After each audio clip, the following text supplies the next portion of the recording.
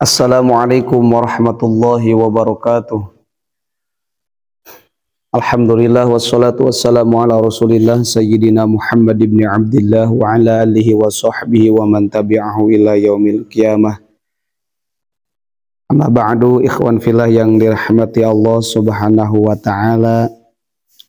Semoga kita semua diberikan kesehatan, keselamatan dunia dan akhirat, dan semoga kita diberikan keistiqomahan untuk kita semua. Allah memerintahkan kita supaya kita bisa menjadi orang-orang yang takwa, yang bisa mendekatkan diri kepada Allah Subhanahu wa taala, yang bisa menghadirkan rasa takut kepada Allah Subhanahu wa taala supaya kita mendapatkan ridho dan rahmat Allah Subhanahu wa taala. Ikhwan fillah yang dirahmati Allah Subhanahu wa taala, salat duha itu merupakan sunnah yang dianjurkan oleh Rasulullah SAW, yang mana kita bisa menyempatkan untuk melaksanakannya karena banyak kemanfaatan. Karena kata Rasulullah SAW, yasbahu ala kulli sulami min bani Adam kulli yaumin sadaqah. Setiap persendian Bani Adam itu adalah sedekah. Amruka bil ma'ruf sadaqatun. Kita memerintahkan dalam kebaikan itu sedekah. Wa nahyuka 'anil munkari sadaqatun. Melarang dari kemungkaran sedekah. Wa dzikrullahi ta'ala sadaqatun. Berzikir kepada Allah juga sedekah. Dan sahabat bertanya, ya Rasulullah, ayaqdir razulu syahwatahu wa yakunu lahu sadaqatun? Apakah seseorang suami yang melaksanakan kewajibannya kepada seorang istri dengan nafsunya, dengan syahwatnya, apakah sedekah? Maka kata Rasulullah SAW, ara'aita law fa'ala dzalika fi ma haramallahu alaihi alaysa kana al isman?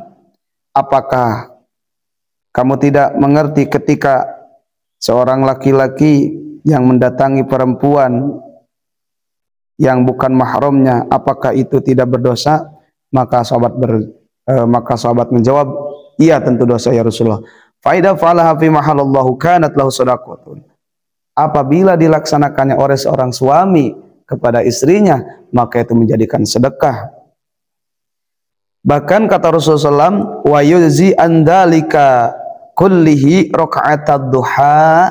Yang tadi saya sebutkan, semuanya itu adalah cukup dengan melaksanakan 2 rakaat duha, membandingi sedekah, membandingi merintah dalam kebaikan, melarang dalam keburukan, menggauli seorang istri dengan baik, cukup dengan sholat duha 2 rakaat. Maka sholat duha itu banyak faedahnya. Di antaranya adalah di dalam kitab Kifayatul Atqiyah, di dalam hadisnya dijelaskan sholat duha itu tanfirul faqro, jadi menghilangkan fakir, menghilangkan kemiskinan, kemelaratan. Maka kita pantas saja, tapi kita jangan cenderung ketika melaksanakan doa supaya tidak fakir. Kita harus cenderung ketika melaksanakan sholat duha, kita pingin ridho Allah Subhanahu wa taala. Karena kemiskinan bisa tertangani ketika kita mendapatkan ridho Allah Subhanahu wa taala. Tapi ketika kita menginginkan kekayaan tanpa kita menginginkan ridho Allah, maka Allah akan berikan kekayaan, tetapi dalam kekayaan itu dicabut barokahnya oleh Allah Subhanahu wa taala. Maka ikhwan fillah yang dirahmati Allah Subhanahu wa taala, ada hadis, man sholat duha raka'atain lam yuktab minal ghafilin. Barang siapa yang sholat duha 2 rakaat, maka dia tidak dicatat sebagai orang-orang yang lalai. Wa man sholaha arba'an, barang siapa yang sholat duha 4 rakaat kutiba minal abidin, maka dicatat untuknya sebagai orang-orang yang ahli beribadah. Wa man sholat sittan, barang siapa yang sembahyang duha 6 rakaat, lam yatba'uhu yauma idzin dzanbun, maka tidak ada dosa untuknya nanti di hari kiamat.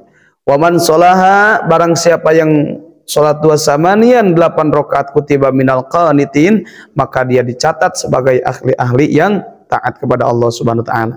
Wa man sholah isnatai asyarata rakaatan, barang siapa yang sembahyang 12 rakaat, bunyalhu baitun fil jannati, maka didirikan sebuah bangunan di surga untuknya. Tapi kita jangan cenderung terhadap pahala yang itu, kita cenderung kepada rahmat Allah. Ketika kita sembahyang duha karena pengen kasih sayang Allah, maka Allah akan berikan kasih sayangnya dunia dan akhirat. Itu. Maka sehingga di dalam surga itu ada diceritakan babu duha, yang mana ketika nanti di yaumal qiyamah nada munadin, ada yang memanggil kita, ainal ladina kanu yudimuna 'ala sholati duha, kemanakah orang yang selalu mendawamkan salat duha? Hada babukum, inilah adalah pintumu, pintu kalian semua, padkhulu, maka masuklah. Maka ketika kita melaksanakan salat duha, ada keutamaan-keutamaan yang luar biasa. Bahkan ketika kita sedang salat subuh, setelah salat subuh kita duduk sampai bizilnya matahari, kemudian kita sembahyang, itu dinamakan sholatul isyraq. Sebagian ulama menyebutkan itu salat duha. Maka di situ akan dijaga oleh malaikat, diberikan rizki-rizki yang luas. Itu. Jadi, tapi ada larangannya di sini. Larangan ketika kita melaksanakan sholat duha. Di antaranya dijelaskan dalam kitab-kitab fikih, dalam kitab Bajuri dijelaskan. Yang pertama, tidak boleh melaksanakan duha ketika muncul matahari belum 1 tumbak tingginya. Ya, perkiraan itu baru nongol mataharinya, nggak sampai reda sebelah atas. Kurang lebih ukuran diperkirakan 3 sampai setengah meter. Itu yang pertama, dilarang sholat duha.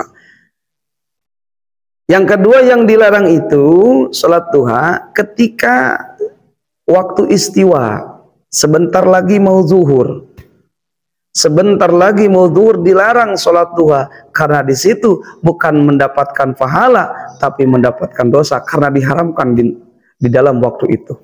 Maka hati-hati ikhwan fillah yang dirahmati Allah Subhanahu wa taala, ketika kita pagi-pagi melaksanakan duha, kita lihat dulu tuh mataharinya baru nongol atau sudah atau sudah tinggi.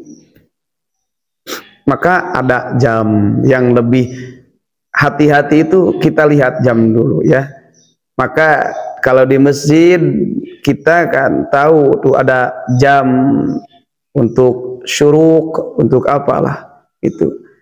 Maka itulah keutamaan salat duha dan larangan di waktu-waktu yang dilarang di dalam agama untuk melaksanakan salat duha. Ikhwan fillah yang dirahmati Allah Subhanahu wa taala, itulah yang bisa saya sampaikan. Semoga bermanfaat dan semoga kita semua diberikan kesehatan bisa melaksanakan ibadah kepada Allah Subhanahu wa taala. Mohon maaf, billahi hidayah wa taufiq. Wassalamualaikum warahmatullahi wabarakatuh.